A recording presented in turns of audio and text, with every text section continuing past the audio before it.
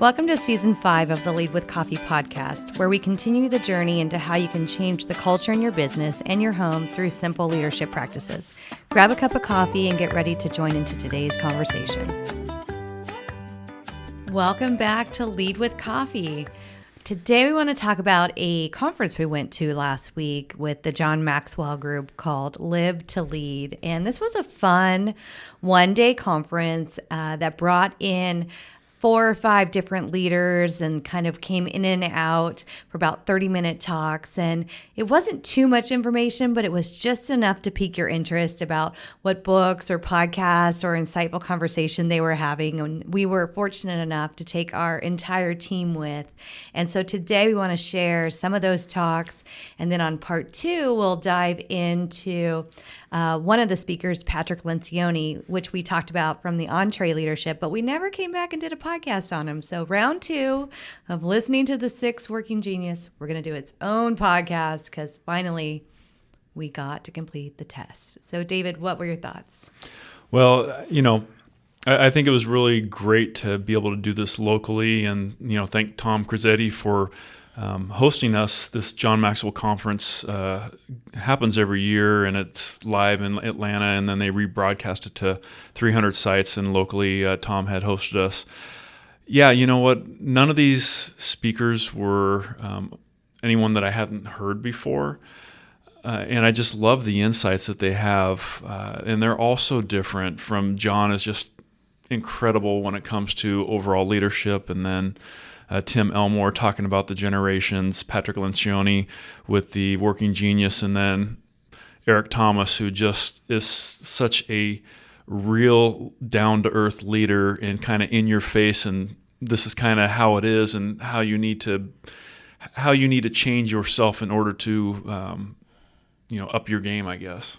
Yeah, I think a good leader can give you a talk that's different every single time. And that's why some of these speakers are so engaging. When you think about John Maxwell and Eric Thomas, I mean, you can hear them every day. And every day you're going to get a new nugget from them because they have so much wisdom to give. And so I think if you're ever given an opportunity to go to these conferences, even if you think you've heard all their stories before, they're going to come at it with a new angle, or you're going to be in a different season of life where that same talk might hit you different today than it did years ago. So let's start with your favorite. I mean, you talk about E.T. all the time, and I got to tell you, when he came on, he had a short talk. I wish he could have talked for 2 hours. Yeah. He lit up the room and put people on fire. Yeah, he is definitely a different leader, and he knows who he is. And one of the stories, and I actually heard him talk about it on his podcast, and he talked about it a little bit on this, was that he is, he wears jeans and a T-shirt and a hat or a hoodie. He doesn't dress up. He doesn't wear a tie. And he was in, he usually goes into a speaking engagement and then he's out. Mm-hmm. But this time he was asked to stay and have dinner with John and the whole crew, which was like a business, well, not a business tie, or a nice dress with a tie and all these things. He's like, I usually say no to this, but this is John Maxwell asking me, so what do I do? And he ended up going and really enjoyed himself. But he has non-negotiables, and he won't change things. He will turn down talking gigs before he changes who he is, and I love that about him. And he's got such a great story of coming up, being homeless, and having no high school education, being a dropout, and now he's a PhD. And there's just so much in there, and a black man in America, and how the struggles that he has gone through. But he doesn't play that card. Mm-hmm. He just talks about the successes of where he was and what he became.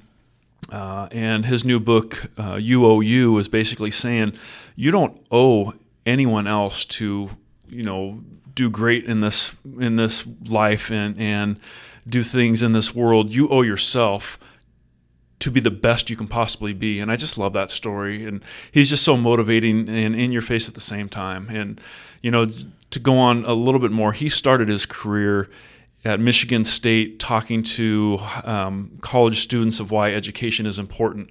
And he did this free for years and years and years until one of them caught on a YouTube video, and that he kind of blew up from there. But he still goes back after, making millions and millions of dollars being a professional speaker. He still goes back every Monday to Michigan State for free and talks to these students of why getting education is so important. So his roots and all those things, I really appreciate his message and who he is. Yeah. I mean, David listens to his podcast all the time. He's got an energy that I'm not always ready for. But what I like about it is he's not one of the guys that's like, look at me now. You can have what I have now. His entire message is hard work. Get in, do the work. It might take you 20 years to get to the top, but then when you get to the top, figure out where the next top is. Like, you're not done. And he has his motto. He has a motto. It's early. It's Monday. His motto, I can, I will, I must. And he has, by the time he's done with his 20, 30-minute talk, he's got you yelling in the audience, I can, I will, I must. Whatever those things are. I can live my values. I must live my values. And so whatever it is that is part of his talk, and I think what our team came away with is, I got to step into my calling. I got to keep pushing forward. And that means I've got to drive my educational path. I have to chase those dreams. I have to work hard. I can't just quit because I want to. And I can't look at somebody at the top on the stage and say, I'll never get there, because you'll never get there if you don't start somewhere. And he started at the very bottom and just kept working and hustling and working and hustling. And you're right, it wasn't an overnight success, but what you see now looks like overnight success. But it was that homeless kid on the street that kept saying, like, there's a purpose. I got to figure this out. And it started with his girlfriend saying, like, hey, I'm going to college, and if you don't come and go to college, then we're done. So off he went to college, right? Got that GED and been married 30-something years to the same girlfriend. But that's the fun of the story. And I think what he does so well is he reminds people that your story matters, and your story has a ripple effect through generations. And he's been tied into this kind of generations, Martin Luther, with some of King, his talks, right? And I think that's part of what he was talking about, is like, he never set out to be this inspirational speaker that was going to change the world, but he's stepping into that calling and making that difference, and in that ripple effect for generations to come. And I love the fact, because I hadn't heard this before, of his connection with John Maxwell. And his wife Dee Dee bought him, way back when they were struggling, bought him 16 tapes, cassette tapes of John Maxwell's. That's how old he is. Right, John Maxwell's, and I can't remember which book it was, but that's how we started. And he just kept listening and listening and listening. And so here's this black man in America coming up, listening to this white leader, and understanding, like, it's not about race, it's about what can I do as a person to become better, and just using that influence. And he's even talked about in the past where it was easy for him to go and talk to college students, black college students, that he could relate to. But then when he changed it over to start talking in the corporate environment, it was a whole different ballgame, and he wasn't getting the same reactions and all those things. But continuing to develop himself and work harder and understand the crowd has helped him be able to speak to, from high school students to CEOs. And it's just an incredible experience.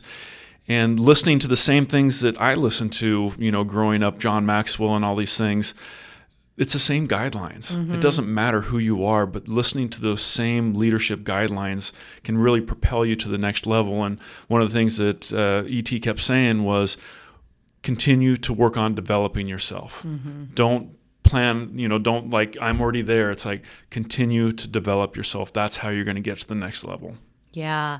He gave a lot of credit to John Maxwell for the success of his career. Yeah. And that was fun to watch. So let's talk about John Maxwell. I mean, his organization is the creator of the Live2Lead event. So he came up with a couple of different top talks, but the first one, he has the new book out, The 16 Laws of Communication. And I think he's always got some sort of numbers in his titles, right? He does. And so he kind of broke down some of them, but the ones that really stuck with us, the one I particularly like was the law of the thermostat. So whether you're a leader in an organization, whether you're on the stage speaking, whether you're on a podcast, it is, how am I going to read the room? How is this going to be perceived by those around me? And how am I going to change the temperature of the room? So we've done a lot of different public speaking at events through leadership chapters and organizations or trainings that we do. And you can tell. Mm-hmm. You can tell when you've hit something, or even when you're interviewing. Are they writing stuff down? Are they engaging? Are they nodding? If they're on their phone, if they're starting to yawn, you can see it go from like hot, they're on fire for this, to really cold. I need to move the slide faster. I need to move the wheel here. Yeah, right. And one of the points, and I haven't read the book, so I don't know, but there is a story between being a thermostat or a thermometer, where the thermostat comes in and it can change the room, where a thermometer comes in and just kind of reads the room but doesn't really make any changes. And yeah, I think we have seen it enough, whether we're either leading a conversation or a meeting, or we are a participant and whoever's leading it is not reading the room, mm-hmm. and things are going stale and it's gone on too long, and it's so important. And I would say it's even harder these days on Teams or Zoom meetings when people don't have their camera on, because you have no idea if people are really paying attention. And most likely, if you don't have your camera on, there are less people paying attention. Mm-hmm. But in the presence of people, and this could even be at a family event or whatever, you can tell if your audience is engaged or not. Mm-hmm. And what do you have to do to turn that around? I would say you're great at this, whether it's at a speaking event or a family engagement or among friends, how to turn things around. Oh, it's time for, let's do this now, because obviously things are slowing down and people need a new bit of energy. Yeah. I think that's because I need a new bit of energy, right? Like but when I know I'm bored, yeah. then it's like, okay, it's time to change the mood in the room or do something like that. Yeah.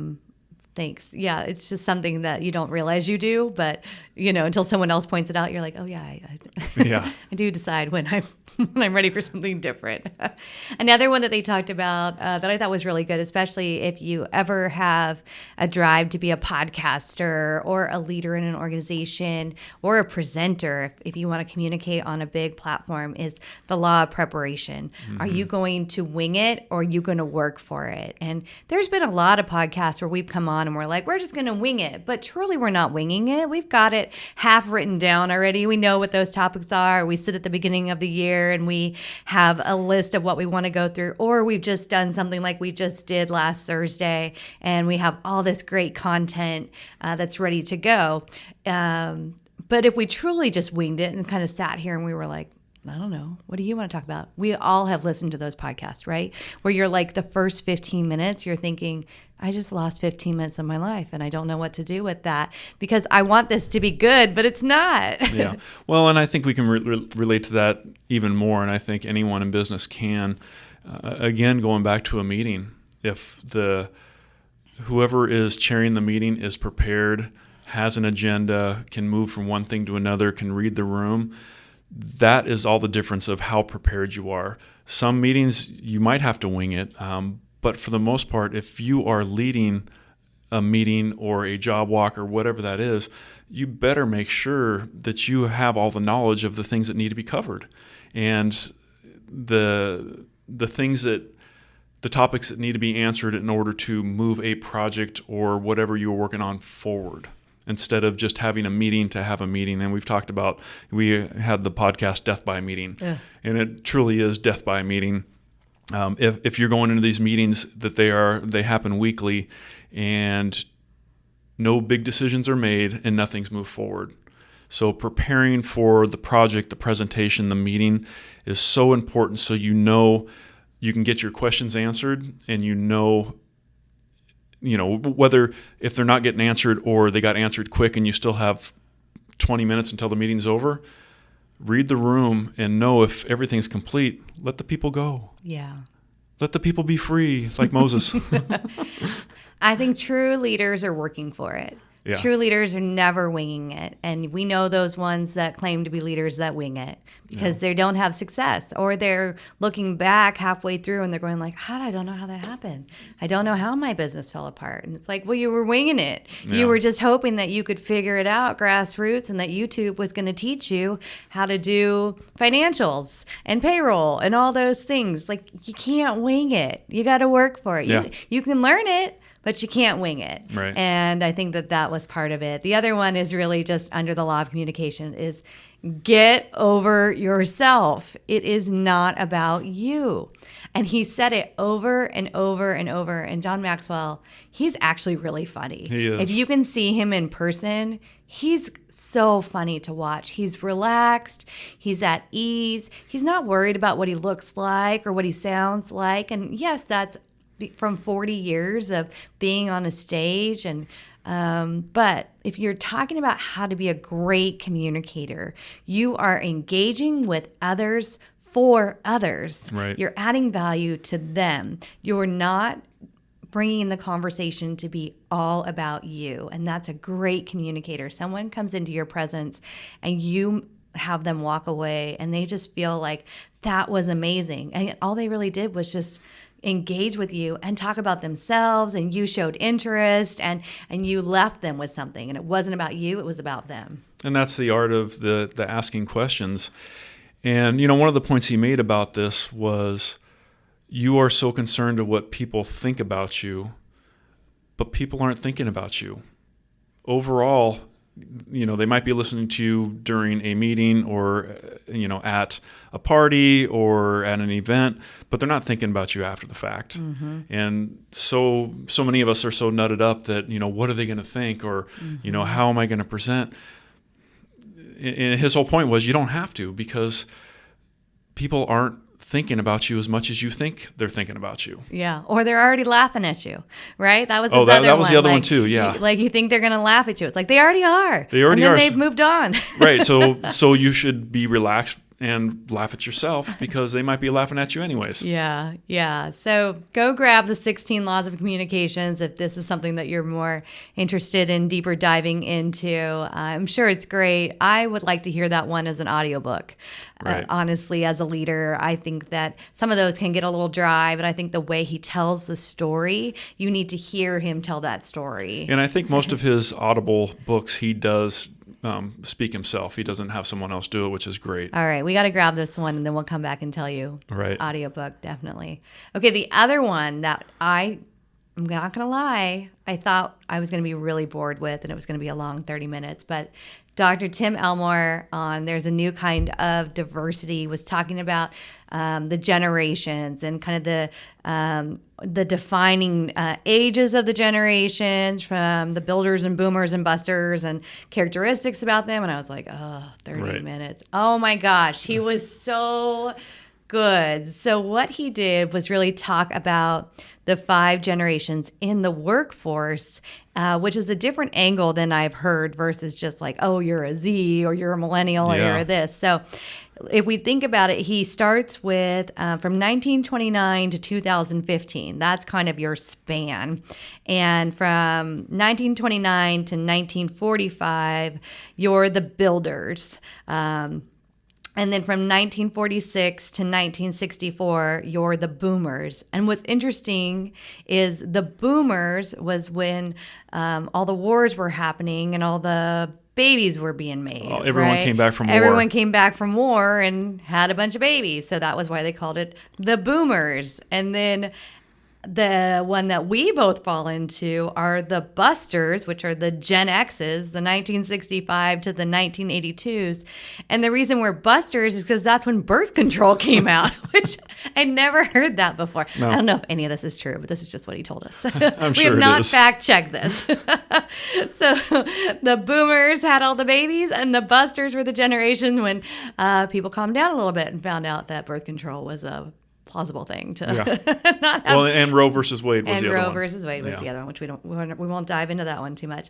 And then it starts to move into the millennials, the Gen Ys, which are the 1983s to the 2000s, and then our kids come along as the Gen Zers, and they're called the Homelanders. I don't remember why the Homelanders. Because in 2001 is when Homeland Security became a thing, so they're called the Homelanders. So random. So anyway, we're busters, Gen Xers, and then we have Gen Zs in our house, but we work with the builders and the boomers, and we don't have a millennial on our team. So apparently we got to get a millennial. I guess so. Onto our team one of these days. But so when we talk about what we liked about it, David, talk about the narrative of just how they look at work on these generations. And it's so funny because he just nailed these things. Yeah. So for the builders, they are be grateful you have a job. And that was everyone coming back from war. Be grateful, and the Great Depression. Be grateful that you have a job. Not everyone had one, so be grateful you had one. The boomers were, I deserve better. Everyone, they had their jobs on, whether they worked for Ford, on the line forever, a miner, or whatever. The boomers, I deserve better than this. I want a different type of job. Mm-hmm. The busters were like, keep it real. And that's us. We keep it real. I don't remember what exactly he said on that one. And then the millennials is life is a cafeteria. I can have a little bit of this. I can have a little bit of this. I don't want any of that. I'm not going to touch it, and just kind of can decide everything that they want to do. Right. And then the Homelanders, I'm just coping and hoping. just trying to get by. I'm just trying to get by. I'm hoping it's going to get better. Yeah. Coping with this life. Like the Gen Zs, I mean, they're not old enough to they're... The oldest is 21. Look, at 21, you're hoping and coping it's better than this, right? Well, and I think that has a lot to do with just the technology. Yeah. Before, what took forever to get a message across, now they are inundated with, we're all inundated, obviously, with the technology, but they live and die by the technology. And so they're just hoping and coping because there's so much good and so much bad all at the same time, and just trying to figure it out. Yeah. So then we looked at these and talked about authority, which is kind of funny. And so obviously the builders really respected authority. And then the boomers came along and wanted to replace them, like I think every generation does, right? Yep. I need to just replace my parents. And then the busters come along and we're like enduring them. We'll endure them. Okay, we got to endure everybody. And then the millennials come along and they want to choose which authority they follow, which seems about right? Seems about right. And they're not just enduring us; they're deciding if they're going to choose us as an authority or not. And then the Gen Zs, they're not sure they need authority, which isn't that true. But isn't that just their age also right now, where all they do is get told by people of authority what to do in school and parents and all those things. So, of course, they're like, yeah, I'm not sure I need you. I can be independent on my own. It's like, good luck until you need gas and food and all those things. Well, and I don't need the government. I don't need the police. Yes. And so it has gone, it can go from one side to the other. Yeah.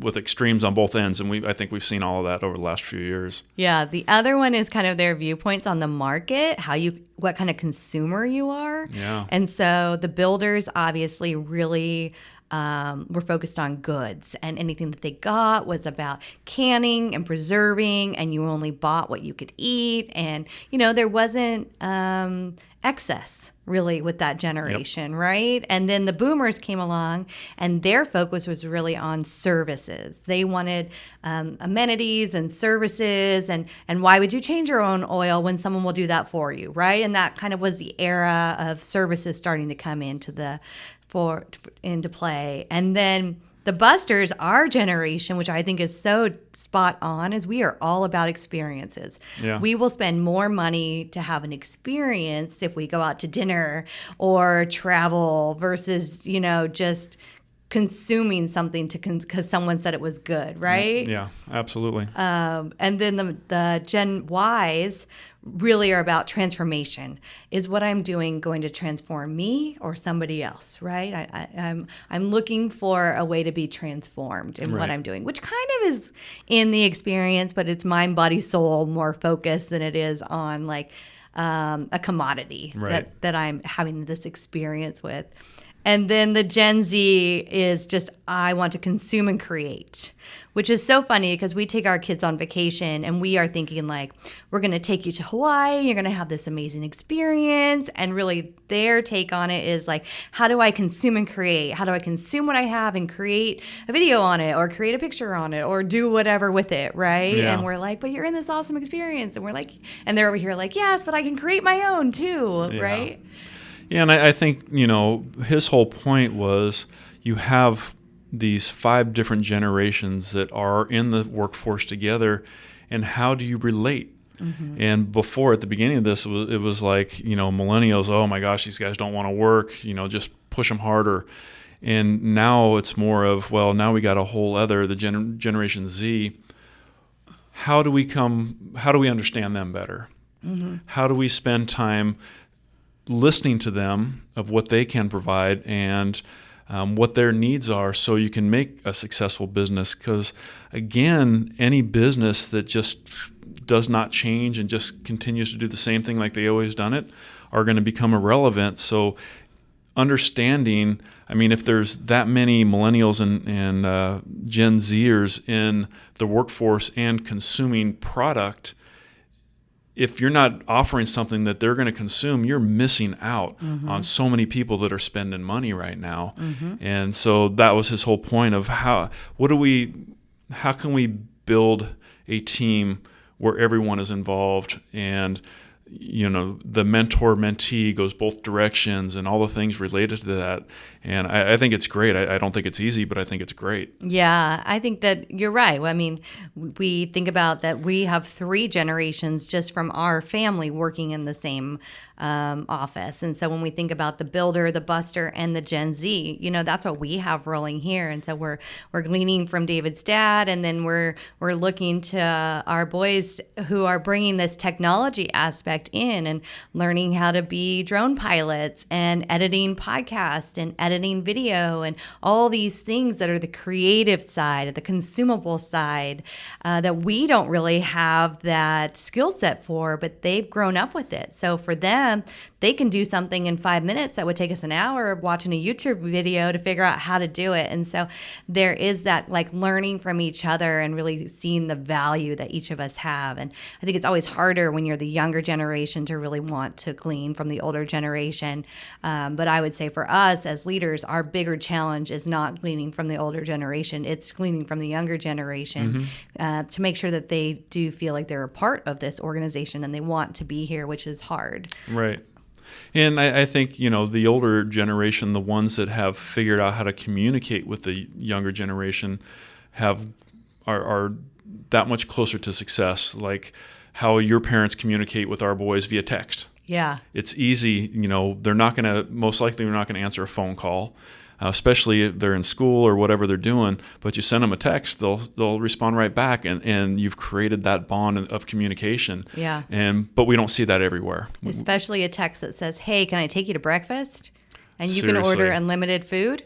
Yeah. You get a quick response. That's a win for any grandparent that wants to do that. By the way, that works really well. It's a win for the grandparent and a win for the kid. Yeah, right. Okay, so we did a lot. What we're going to do is really dive into Patrick Lencioni's The 6 Types of Working Genius on kind of part 2 of this one on the next podcast. So stay tuned. You're going to like that one. We're going to talk about how we took the assessment with our team, and it was eye-opening. A fun 10-minute quiz. And there's if you've listened to one of the previous podcasts over the last month, I hate quizzes and I hate identifying in these little boxes, but this one I actually like. Absolutely. And if you have not seen or listened to Patrick Lencioni, he's just entertaining overall. He's just fun to watch. Plenty of YouTube videos. Just go check him out before you listen to our next podcast so you understand who has come up with this. It is so good, and it's just so easy to identify with and creates great team interaction and conversations. Yep. So join in next week for Patrick Lencioni. We appreciate that you decided to hang out and spend some time with us discussing life and leadership. It would mean the world to us if you would share this episode on social media to increase our online presence. If you enjoyed the episode, please take a minute to rate it and review it wherever you listen. Mahalo!